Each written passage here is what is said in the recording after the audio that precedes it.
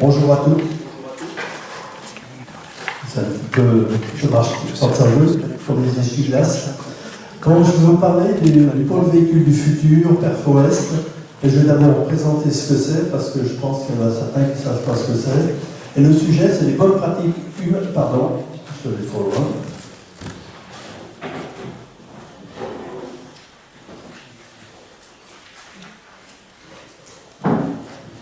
Les bonnes pratiques humaines et industrielles appliquées donc par le pôle véhicule du futur.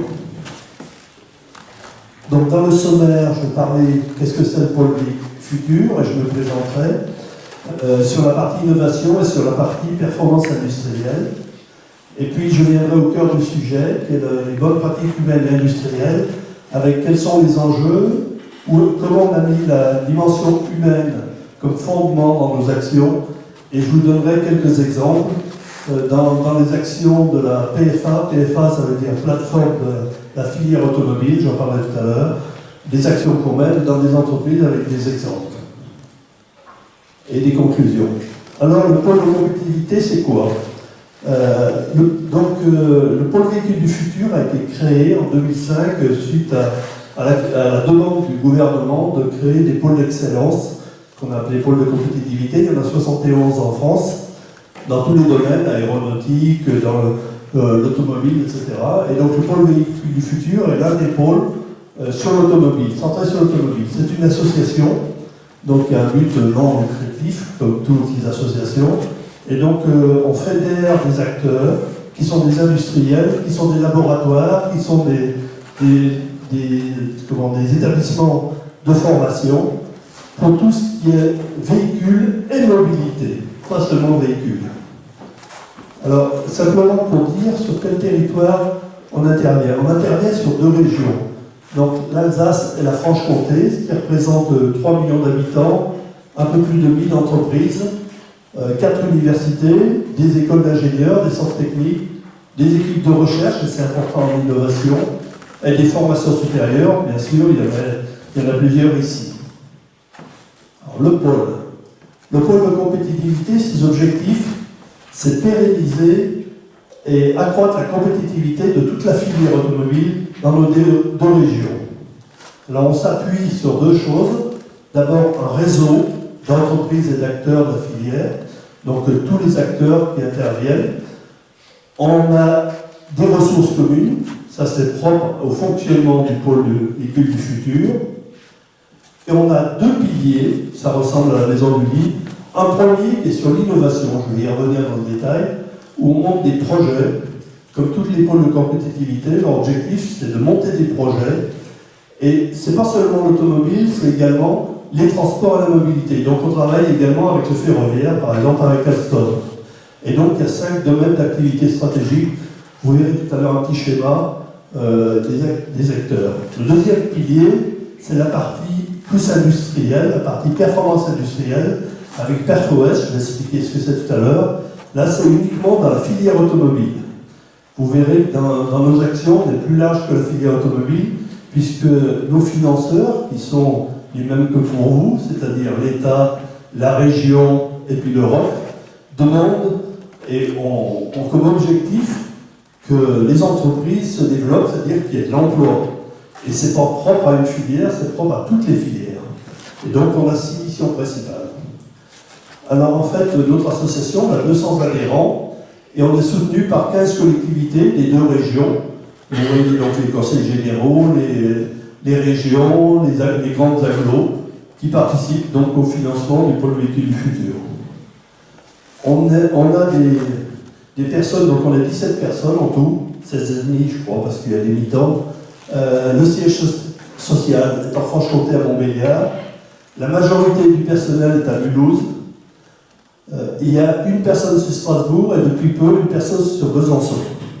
Et vous avez donc les coordonnées du site internet où vous pouvez voir pas mal de choses sur ce qui est fait, sur les projets et sur l'amélioration continue. La première partie, donc, c'est la partie innovation. Alors vous voyez une partie qui est centrale en bleu, là c'est les véhicules.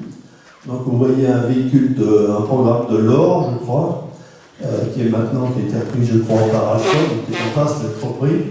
vous voyez qu'il n'y a pas seulement le véhicule, mais il y a tout ce qui permet de communiquer entre véhicules, entre les véhicules et l'infrastructure, et tout ce qui est service de mobilité, avec les smartphones qui se développent et toutes les applications.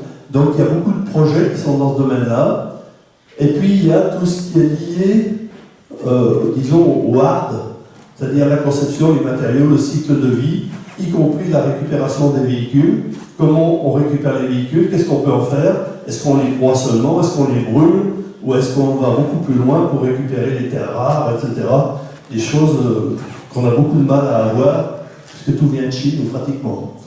Vous avez dans l'innovation des groupes d'innovation technologique qui regroupent donc des personnes de labo, des personnes d'entreprise, sur un certain nombre d'items. Vous voyez les véhicules à hydrogène, vous voyez les batteries, des véhicules innovants. Par exemple, vous avez sur un projet qui a été mené par le pôle véhicule du futur, avec une entreprise qui s'appelle FAM, qui est à côté de Sochaux, qui a fait la première véhicule qui s'appelle F-City à hydrogène, qui est immatriculée en France. Donc c'est la seule qui est homologuée à ce jour à l'hydrogène depuis peu, et qui peut donc circuler. Voilà des types de projets. Et donc, pardon, voilà, donc il y a 90 projets qui ont été financés pour 235 millions d'euros. Il y en a 40 qui sont terminés, je vais parler de F-City par exemple.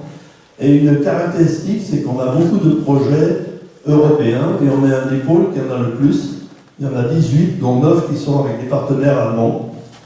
Il y a eu 6 entreprises qui ont été créées suite à ces projets, et il y a un potentiel de 2500 emplois pour l'ensemble des projets, mais il y en a beaucoup qui ne sont pas terminés. Donc encore les emplois qui correspondent aux projets qui ont été réalisés. Ça, c'est pour la partie innovation. Pour la partie performance industrielle, PerfOest, en fait, c'était une association au départ qui a été créée en 1997 à l'initiative de 29 industriels qui se sont dit, donc de la région Alsace et Franche-Comté, qui se sont dit on a des tas de choses à mettre en commun et on a des besoins communs, en particulier sur la formation. Et cette association a fait un certain nombre d'activités pendant quelques années. Et parallèlement à ça, il y avait une autre association qui travaillait sur l'innovation, qui s'appelait Astrid, qui montait des projets. Et lorsqu'il y a eu la création des pôles de compétitivité, les deux se sont associés, puisque la base des partenaires était la même, que ce soit du côté des financeurs ou que ce soit du côté des labos et des entreprises. Donc en 2008, l'ensemble a été fusionné, mais on a gardé la marque qui est connue, la marque commerciale PerfOest, qui est connue par les industriels. Donc le cœur, c'est le réseau des entreprises d'industrie automobile. Depuis, il y a eu une évolution. Il y a eu une association qui a été montée à l'initiative du gouvernement. Qui s'appelle la plateforme de la filière automobile. Voilà. Qui a été donc créée. L'idée, c'était de faire une filière. L'idée, c'était de faire une filière et pas seulement le travail qu'on a l'habitude de faire en France, c'est-à-dire.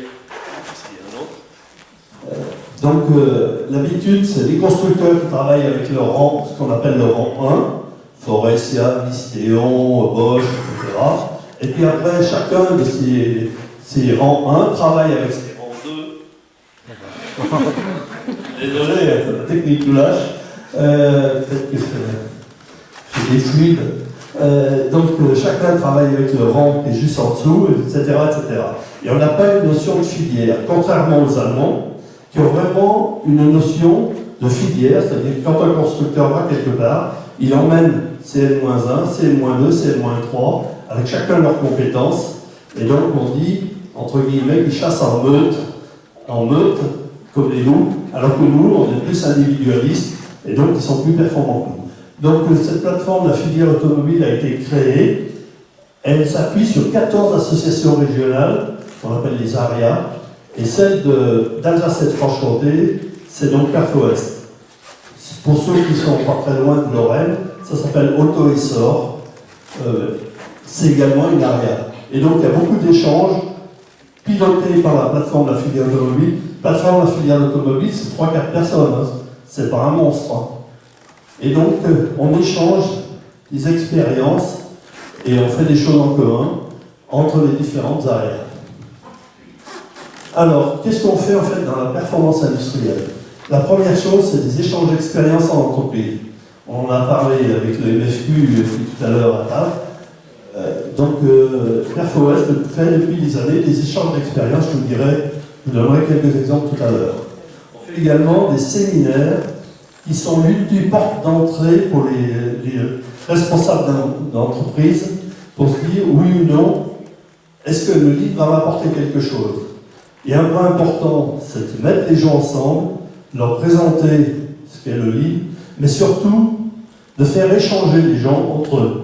Chacun ayant ses propres contraintes, sa propre dimension, mais en parlant avec d'autres, ça permet à chacun de cheminer et de prendre un jour une décision par rapport à son engagement sur le livre. C'est un des moyens. On fait également des formations. Alors, on n'est pas un centre de formation comme la Ségos ou je sais quel organisme de formation très important, mais on fait des petites formations sur mesure, par exemple sur les entretiens d'évaluation, sur l'AMDEC, sur les démarches qualité, etc. Selon les besoins des entreprises, soit en intra-entreprise, soit en inter-entreprise.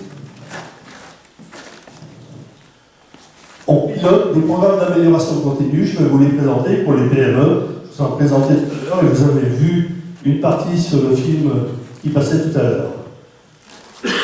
On fait également une enquête annuelle des performances toutes les années, depuis 14 ans, sur 17 indicateurs industriels.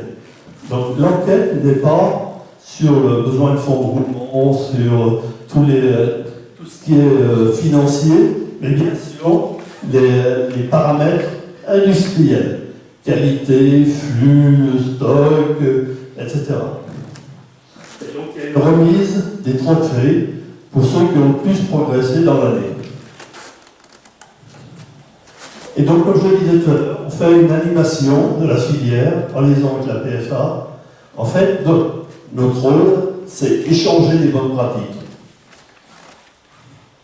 Alors, en 2011, on a fait 23 échanges d'expériences ou séminaires, 17 formations pour 110 participants. Vous voyez que ce n'est pas un organisme de formation très important. Par contre, on est très réactif, on s'adapte aux besoins des entreprises.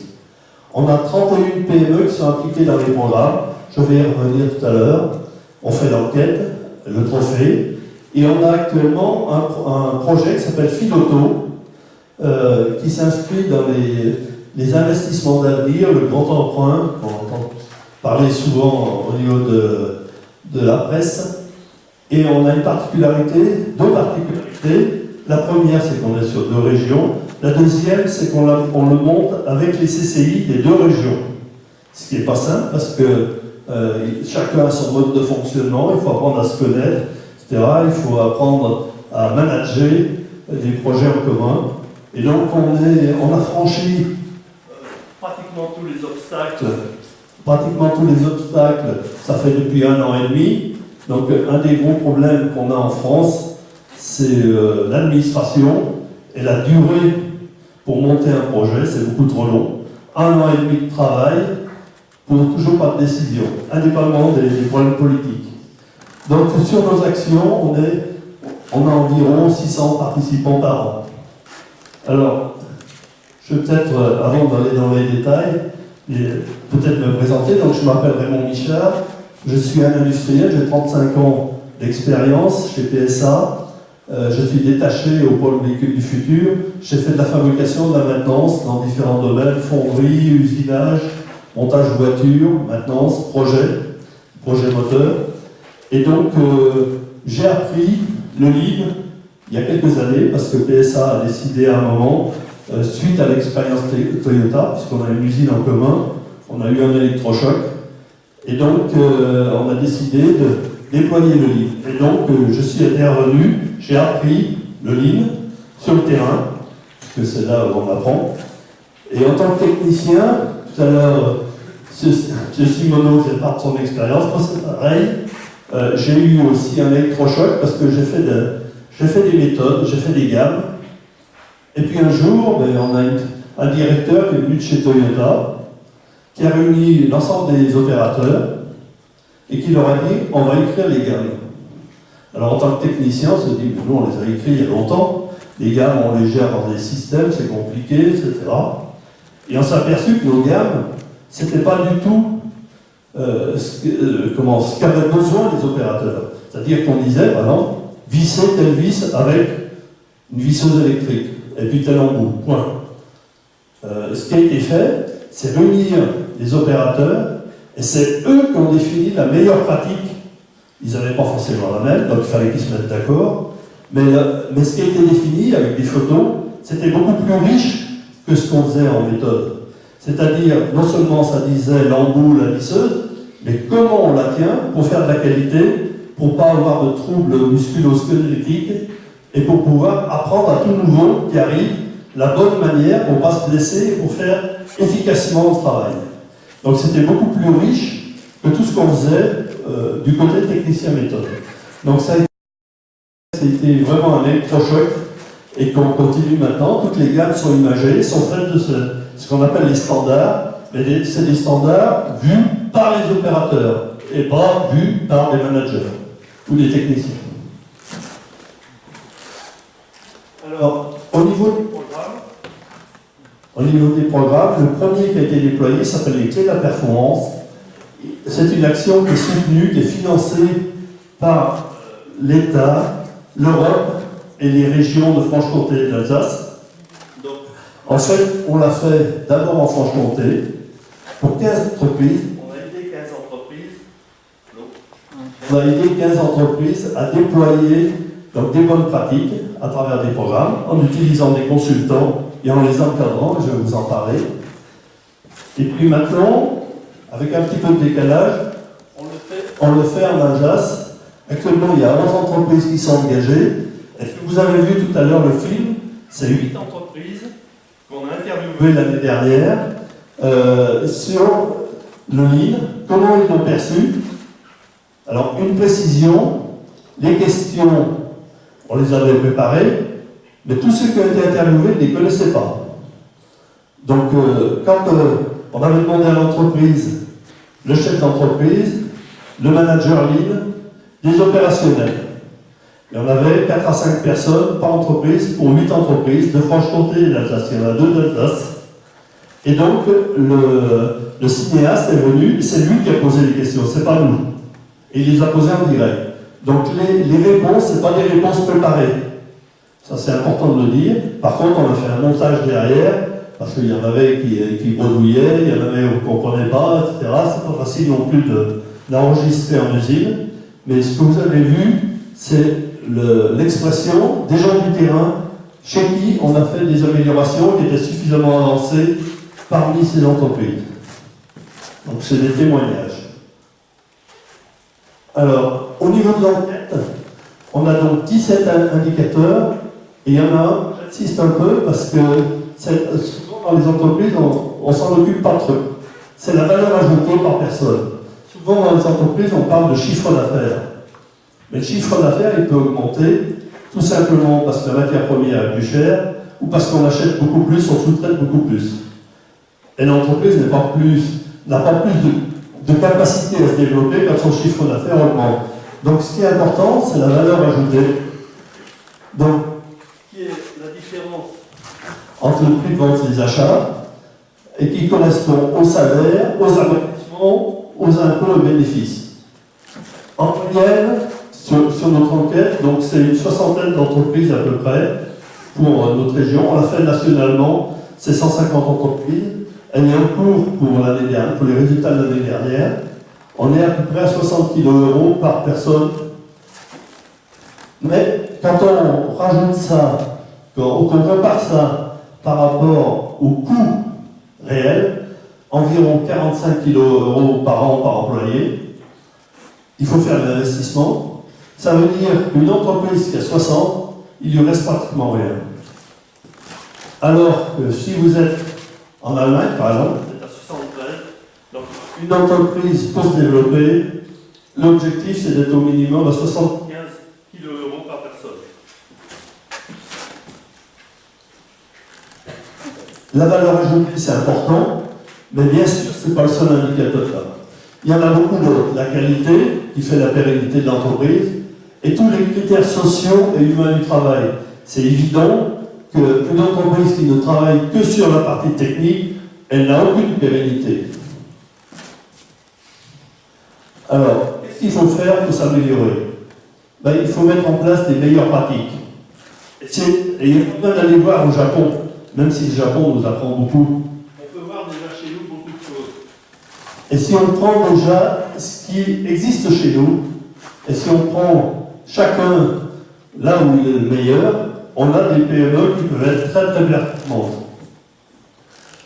Donc, ce qui est important de dire, c'est qu'on a tout intérêt à partager et à aller voir ce que font les autres pour l'adapter à son propre contexte. Et c'est ça notre objectif. Alors, on a monté, suite au clé de la performance, en Franche-Comté, comme je vous l'ai dit, il est terminé, on a monté un deuxième programme qui s'appelle les bonnes pratiques humaines industrielles. Donc là, vous voyez une photo de la plaquette. Donc, vous voyez que déjà, il y a l'aspect humain qui apparaît.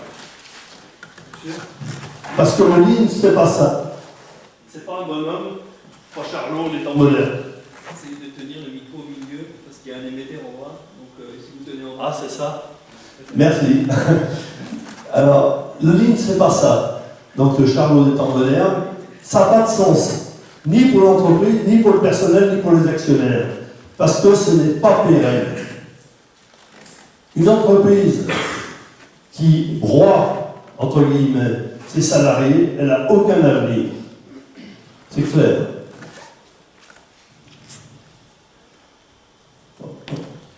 Donc, le programme qu'on a mis en place, c'est mettre en place des processus managériaux, et là on rejoint ce que disait Rodolphe tout à l'heure, pour qu'il y ait une vision d'entreprise, une stratégie, et derrière cette vision et cette stratégie, des actions en équipe. Ça c'est important. De manière à pérenniser les avancées faites dans l'entreprise. On a parlé tout à l'heure de 5S, de semaines, etc. C'est des outils qui ne sont pas nouveaux. C'est des outils que pratiquement toutes les entreprises ont mis en place à un moment ou à un autre. Que ce soit dans des démarches qualité, que ce soit dans des démarches d'amélioration.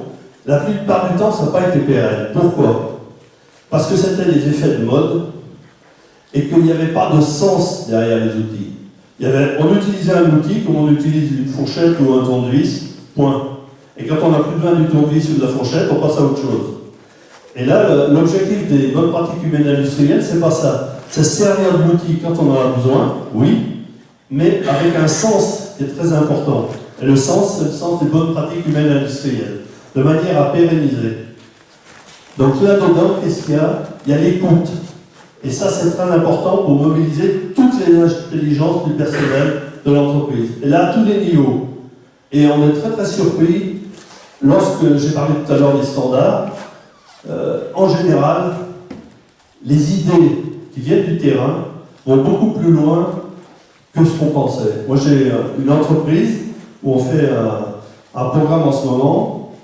Le patron, il l'a dit devant ses opérationnels, dit j'en avais rêvé, vous l'avez fait. Il avait 2 lignes d'assemblage, ses opérationnels lui ont dit on peut le faire avec une seule ligne. Et en étant beaucoup plus souple et flexible, donc souple, flexible, à la diversité, aux évolutions de programmes, etc. Et en ayant des postes de travail beaucoup mieux aménagés. Et ça, c'est les opérateurs qui l'ont trouvé. Et lui, il le voyait de haut, c'était sa vision, il disait on doit pouvoir faire, mais eux ont trouvé comment le faire, et c'est ça qui est important. Alors, un point très important, l'ergonomie. L'ergonomie, très souvent, on le prend en compte, ou pas du tout d'ailleurs, d'accord, on le prend en compte ou pas du tout, dès le premier instant, mais souvent de manière technique. Donc, ce qu'on a voulu, c'est accroître l'humain au centre du dispositif. Donc, dans le programme BPHI, vous voyez ici le programme, donc avec un diagnostic, avec des chantiers terrain, des formations et un service après-vente. Donc ce programme, c'est 30 PME en 3 ans sur la Franche-Comté, avec l'entreprise apprenante, un accompagnement sur 2 ans, une opération lean, ce n'est pas une opération one-shot. Sinon, c'est foutu. Et c'est un peu trop ce qui a été fait. Avec beaucoup plus de formation, avec donc des partenariats, UTBM, AFPI, les usines écoles pour la Franche-Comté, avec un coaching, et c'est ça le service après-vente. On a parlé tout à l'heure, c'est très important d'aider les chefs d'entreprise dans leur déploiement et un pilotage sur 12 engagements. Alors, la plupart du temps, donc ces outils, c'était pas pérenne. Donc la différence, c'est l'implication du personnel avec le coaching, la formation et une animation de réseau. C'est-à-dire qu'il faut que les gens partagent beaucoup avec des consultants qui sont sélectionnés. Là, on a fait beaucoup de travail pour partager avec eux, pour qu'ils ne soient pas tout seuls et qu'ils ne fassent pas leur méthode. Et des ressources suffisantes, donc ça, c'est les projets.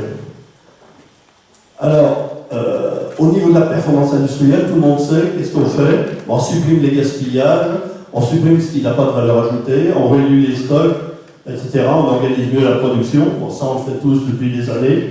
Ce qu'on fait moins, c'est faire participer les gens, détecter les points durs de leurs conditions de travail, accepter qu'en faisant mieux, on peut faire plus ou différemment, améliorer le dialogue et la communication. Dans le film, vous verrez, et ça, on ne l'attendait pas, mais beaucoup ont dit que dans l'entreprise, avec le lead, la communication s'est nettement améliorée. Et en acceptant de partager le fruit des efforts. Là aussi, s'il n'y a pas de retour, ça ne peut pas être pérenne. L'amélioration donc, des conditions de travail, c'est indissociable de la pérennité. Alors, vous voyez ici que sur la région Franche-Comté, il y a un DU qui a été créé avec l'UTBM, avec des bonnes pratiques, l'éthique, valeurs humaines, participation tous à la résolution de problèmes, et le H de PHI, c'est le management et l'ergonomie. Actuellement, avec l'UTBM aussi, il y a un département ergonomie. Et donc, il y a des démarches qui permettent de manière factuelle de mesurer et de faire des propositions d'amélioration. Ça a été intégré, il y a 6 jours de formation dans les DU qui est faite sur l'ergonomie.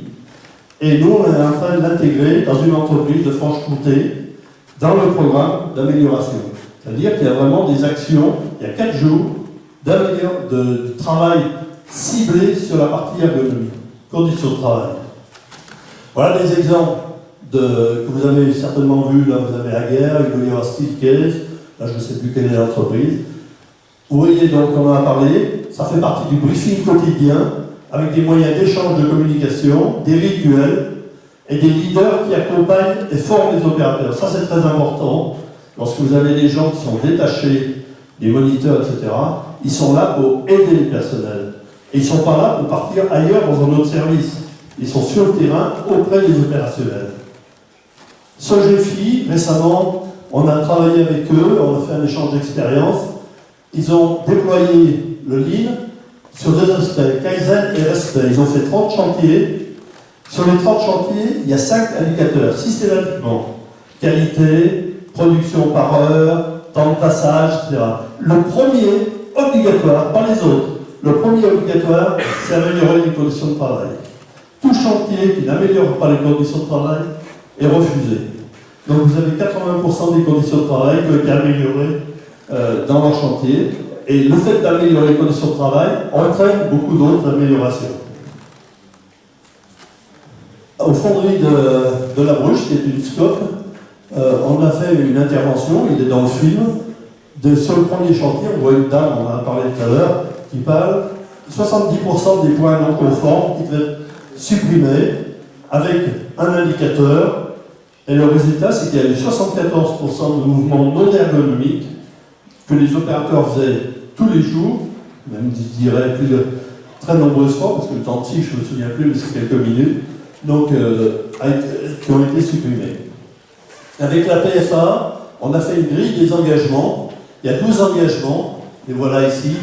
Chaque fois qu'on intervient, On demande aux consultants et à l'entreprise de respecter ces 12 engagements. Sur les 12 engagements, améliorer les conditions de travail, organiser le transfert des compétences, former l'encadrement, accompagner le changement par la communication.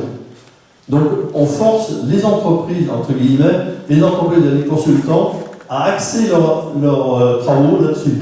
Parallèlement à ça, il y a un groupe de travail entre la PFA et les ARIA sur l'ergonomie des conditions de travail. Donc il y a beaucoup d'actions qui sont en train de se mettre en place sur comment intégrer dans toutes nos actions la santé dans les interventions libres. On utilise également des grilles de cotation, vous en voyez un certain nombre, d'abord dans les grands groupes, mais pas seulement. Donc lorsqu'il y a des interventions, la cotation ergonomique est mise en place. Les exemples d'actions qu'on fait également, c'est enrichir les missions des opérationnels. Ça fait partie aussi de l'amélioration des conditions de travail, la résolution de problèmes. Les gens deviennent plus importants parce qu'ils sont capables de résoudre les problèmes qui leur viennent tous les jours. Et ce n'est pas seulement une demande qui va au bureau de méthode et qui ne revient jamais. Accroître les actions de communication, bon, le film en est un exemple. Des formations sur les gestes et postures. Labelliser des formations ateliers école. L'UTBM a un atelier école. L'ECAM en a un. L'UT Diagno, il n'est pas encore labellisé, mais il le sera dès que la formation sera mise en place pour les industriels. Intégrer l'ergonomie dans les standards de poste, on l'a vu, vous avez quelques exemples. Des kinésii, ça c'est quelque chose d'un peu nouveau en entreprise. De plus en plus, il y a des kinés qui apprennent aux gens à faire des bons mouvements. Des ergonomes en entreprise, de plus en plus, qui aident. Et moi j'ai une expérience personnelle là-dessus. On a refait entièrement une ligne qui venait d'être terminée, qui était prête à démarrer, on l'a arrêtée, on l'a mis de côté, on a fait un tour, on l'a remis dedans. Ça a duré 2 mois, parce que les conditions de travail n'étaient pas bonnes. Parce qu'on avait mal travaillé. Utiliser des grilles et méthodologies de cotation ergonomique, vous en avez vu quelques exemples. La CRAV a une méthode qui est utilisée dans les PME. Prendre en compte l'employabilité. De plus en plus, on va travailler longtemps, tous, et donc il est important que les postes soient adaptés à des personnes qui ont des incapacités, soit temporaires, soit plus longues. Et donc, de plus en plus, par exemple, les ateliers adaptés, les ADAPI, sont capables de faire des postes de travail avec des gens qui ont des difficultés importantes. Et il n'empêche qu'avec les postes adaptés, avec du management visuel, ils sont capables de faire des choses très très intéressantes. Faire des modifications logistiques, ça aussi c'est quelque chose qu'on peut faire. Par exemple, une petite entreprise, les gens ils allaient dans des grands conteneurs pour chercher des pièces en acier. Maintenant, ils ont revu leur mode d'approvisionnement, c'est des tout petits contenants, donc des conditions de travail nettement améliorées. Utiliser des consultants qui ont des compétences ergonomiques ou utiliser des consultants qui sont associés à des cabinets d'ergonomie. Par exemple, Valessentia, qui travaille avec Technovie, Linergo, lui, il est ergonome plus spécialiste ergo. Voilà, il y a des tas de possibilités. En conclusion, donc, l'objectif, il ne faut pas se tromper, c'est d'être plus compétitif. C'est la seule façon d'être pérenne. Donc, pour être compétitif, il faut augmenter le chiffre d'affaires et surtout la valeur ajoutée. Mais, l'objectif, c'est maintenir l'emploi, voire le développer. Et pour ça, il faut avoir de bonnes conditions de travail, bonne ambiance, et donc c'est pour le bien de tous. C'est-à-dire qu'il n'y a pas de fatalité. Seule la méthodologie et le volontarisme de l'ensemble des partenaires permettent donc de progresser ensemble. Voilà, je vous remercie.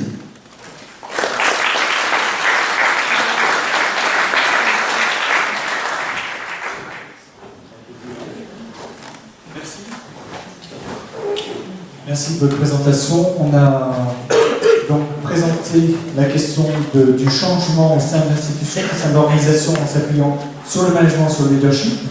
On voit au travers de PerfWest qu'on peut avoir du concret, du réel. Et là, ça s'appelle le benchmark consenti qui a le partage de la connaissance du savoir. On s'appuiera sur le réseau PerfWest et en déclinaison jusqu'à l'unité demain, bientôt demain. Et là, c'est une proposition soit de questions immédiates, ou bien, comme on nous propose, de faire un petit peu un moment de pause, 15 minutes de pause,